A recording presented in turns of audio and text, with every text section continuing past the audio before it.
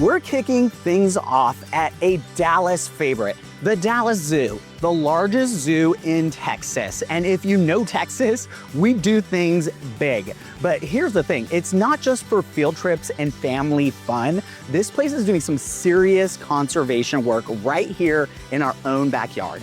And today we're meeting with Chris Corpus. He heads up their conservation and community programs and has some amazing stories to share.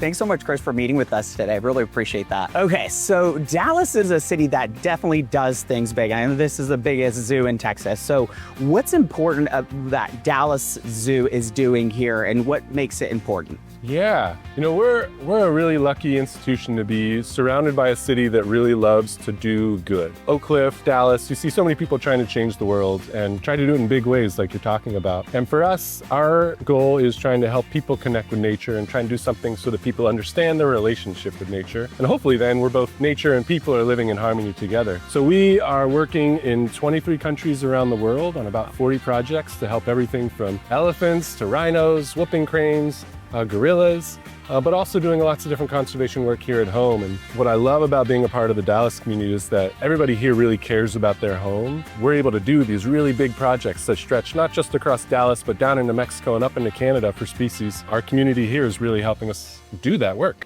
When you think about the Dallas Zoo's mission, engaging people and saving wildlife, how do you see that coming to life here at the Dallas Zoo? Yeah. Our mission is really a mathematical equation to me. If we want to save wildlife, we have to be engaging people at the start. And we get about 1 million people or so that come through the Dallas Zoo every year. And we've created all these awesome touch points here for people to get to experience wildlife. Humans are a very tangible being. Like we love to look, we love to touch, like smell, we like to hear, feel things. And so coming to a zoo is a great location for us to build that engagement, build that empathy for wildlife. Because from that, I think people are then more motivated, more inspired to want to do something for wildlife, but also for themselves. Because what wildlife needs is clean air, clean water, clean land, food resources. Right. We need the same thing, right? Yeah. And so building a community of people who care and have that empathy for wildlife and for the nature around them ultimately leads us to being able to have that clean air, clean water, all those things we need to have a healthy life. Awesome. So hey, got a quick question, because this is always something I think about. Were you the kid that you were like giving lizards, you know, a second chance at life from the sidewalks and then also rescuing worms as a kid? Or was that something that came out a little later in life? Yeah, you know, that's a funny question, because I think I was both that kid and the kid who started to hate science over time. Because, you know, sometimes growing up, you don't think science is cool, you don't think math is cool. But my parents took me to zoos and aquariums growing up, and I loved kind of looking at all the wildlife, and then at home, seeing birds passing by and lizards running around, and I don't know, the coyotes running through the neighborhood. I always thought that stuff was so fascinating. And it was kind of a crazy thing to come full circle from being a little kid who loved it, being a little high schooler who got too cool for it, and then going to college and becoming a conservation biologist in a career. It's a nice little bookend. Love it. Okay, so I know there's a lot of programs that are going on here at the zoo. So what are those really great community engagement programs that really does draw in the community here for Dallas? Yeah. We definitely view ourselves at the Dallas Zoo as a service organization, and particularly for our community here in Oak Cliff and in Dallas. I'm so proud of our education team here because we have the only full-time nature-based preschool in the entire state. So we have kids from all across Oak Cliff and actually across Dallas who come to our preschool, and they get to experience a zoo day in and day out. That's and incredible. Learn about nature, get firsthand experiences with our zookeepers, with the different staff that we have here, and start to build again that empathy and that passion for the world around them. And then that extends into the school programming that we have. We've got field trips that come from all over. We've designed all sorts of opportunities for people to get to touch and ask questions and get really close to experiencing what it is like to live alongside wildlife like this. That's cool. That's really neat. And I know you guys, so there's like the zoo lights. Tell us just a little bit about zoo lights. What's that about? Because I know we see it all the time, and then, you know, and it's kind of a totally different focus. So I'm kind of interested in to hear about that. Well, we want to make sure it's a fun place to visit. Yeah, come into the zoo, and the holidays is one of my favorite times of the year. I love holiday lights and seeing neighborhoods decorated, and our zoo gets really excited about doing the same thing here. And so across the zoo, we've got all sorts of cool animatronics that are light up, like elephants waving their trunks and hippos opening their mouths and different animals moving. And Of course, lights strung up all over the place, and we bring in a lot of different holiday themes from different religious and cultural groups, and really try to help celebrate what that time of year means to everybody.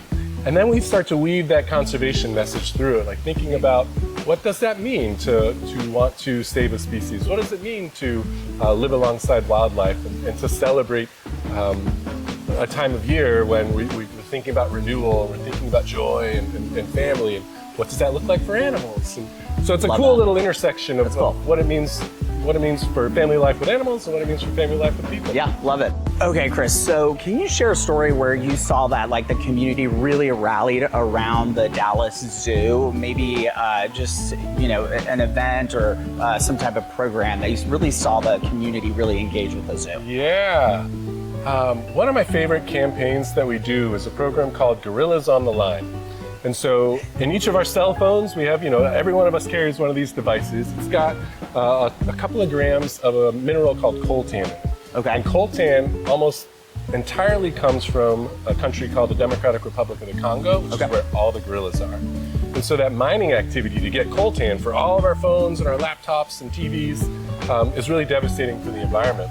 And so we realized, what if we tried to reuse all that coltan metal instead of trying to take it out of the environment, reuse all those old cell phones and get that back into the new cell phones? So we started a recycling program with several other zoos and aquariums called Gorillas on the Line, where the community can drop off those cell phones and then we turn them into the recycler who can get that metal back into like Apple and Samsung or whoever.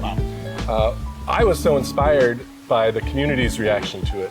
And we had Girl Scout groups who went to their schools and were collecting cell phones, and they went to their parents', you know, dens and living rooms, were digging through the drawers for the old cell phones.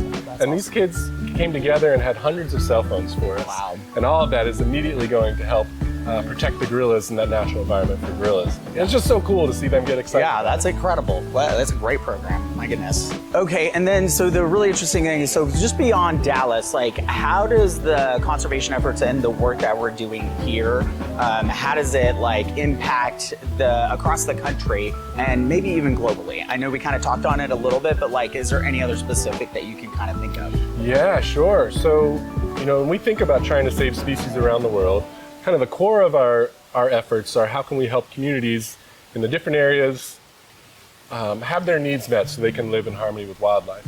So whether that is in Africa, where we are helping with things like hospitals and education resources so that families don't have to do things like illegal logging or illegal mining to get the money to send their kids to school or to the hospital, we try to build resource systems for those communities to help protect wildlife out there. We also do a ton of cool things like breeding programs. Okay. So, you know, having so many zookeepers who are experts in the care of animals, we're able to do a lot of cool breeding programs for things like whooping cranes. So one of the coolest birds on the planet, I think. I got a tattoo of one. Oh my gosh, yeah. Awesome. They are the tallest bird in North America, big, beautiful white bird with a big red spot on their head. They travel from the top of Canada all the way down to Port Aransas, Texas, every winter. Yep. And so we think about how can we protect this species. We need to think about all of the landscape between here and Canada, the farms, the windmills, the electrical systems. Yeah. What are the barriers that might injure those birds, and what can we do to help reduce those possibilities for danger? But we also want to help rebuild the population. The population crashed to just about 14 birds left in the entire world. Wow.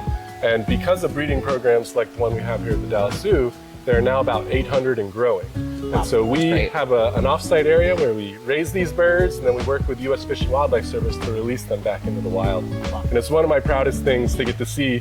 When you see that little bird just start to go out into the wild, and you know you've helped them grow from an egg into a safe wild bird. There's nothing like it. Yeah, that's incredible. Okay, so here's an interesting one, because I know that so much happens behind the scenes. So what is one thing that kind of your average person doesn't know about behind the scenes work here at the zoo? Yeah, it takes a massive team, and I don't think people realize how much work goes into the care and the welfare of the animals that we have here on site. We have about 400 or so people who work here at the zoo and around the clock, because animals are here every day of the week, 24 hours a day. So even on Christmas, on Thanksgiving, we have zookeepers and we have staff here who are making sure that the animals are well fed, that the enclosures, the habitats, they're all clean. And the skill set that's required to do that, it's not the same as your dog or your cat at home. Elephants have real specific needs, and if we want to be providing the right welfare, we've got to have experts who have master's degrees on animal care. So it takes a lot of work to be able to do that type of work, but the team we have is so passionate, and if they ever are asked to come in at 2 a.m. so that they can bottle feed a baby animal, they will happily do it. Very cool. That's awesome. Okay, has there been a recent birth or a save or just a story that kind of touches to animal that kind of goes to the heart of what you guys do here that stood out to you? When we think about welfare, we think about the care of the species we have here at the zoo. Our staff really put in every possible amount of effort to give that animal everything that it needs with its physical well-being, with its mental well-being, even emotional well-being. And so we had a baby chimpanzee who, his mother was a first-time mother, and she just didn't know what she was doing, and she ended up rejecting the baby. And so, in decades past, that might have been a death sentence for the poor animal. But our team worked around the clock, bottle feeding every 2 hours, taking care of this animal, ensuring his health. His name is Mac, and awesome. He was able to successfully be raised and reintroduced to his family. And so, it took several months of taking care of him, round-the-clock care, and then reintroducing him to his mother and making sure that she understood, oh, this is my baby, and this is, that I can help take care of him. And what we saw was the coolest thing between her and her sisters, the other aunties in the group, joined together and started helping take care of this little baby Mac. And now you can go see him inside of the exhibit, this very happy, very healthy baby chimpanzee, not gorilla, who is going to be an ambassador for his species. That's cool. Because we work in Sierra Leone to try and help protect the chimpanzees there and work with communities to protect habitat. But we need people here to know about them and to feel some connection to them. So Mac is going to be that ambassador. I'm just so proud of the team for being able to do that, because it could have been a disaster, and it ended up being one of the best situations possible. Yeah, love it. That's fantastic. Okay, Chris, so I know families are getting inspired every day by being here. So when a family leaves the zoo today inspired, what would you love to see them do to kind of help take action in their own life? Yeah. My big dream is that everybody who comes to the Dallas Zoo goes home knowing that they can save wildlife from their very own backyard. We have thousands of species who come through Oak Cliff every year, of birds and insects and all sorts of cool things. And they all need native trees, native plants, and safe areas to pass through. And so each one of our backyards, if we are all planting native plants, native grasses, native trees, we're going to have food resources for hummingbirds, we'll have food resources for monarch butterflies, and all those really beautiful animals that we love that are also important for insect control and for pollinating agricultural fields. We're creating habitat for them to safely move from Mexico up into Canada and back again, even all the way down to Costa Rica. And that's important for our coffee.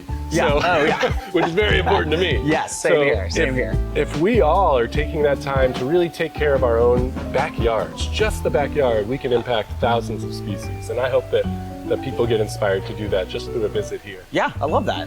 Awesome. Thanks so much, Chris, for having us today. Really appreciate you giving us a sneak peek behind the zoo and really giving us some insights that we maybe don't usually get every day today. So really appreciate it. Oh, my pleasure. Thanks for visiting. Thanks for having us. Yeah. I hope you enjoyed the behind the scenes at the zoo. One thing's for sure, you feel it walking around. It's more than animals. It's about community, about caring for something bigger than ourselves. And just across the street, there's something new coming that keeps that same energy going.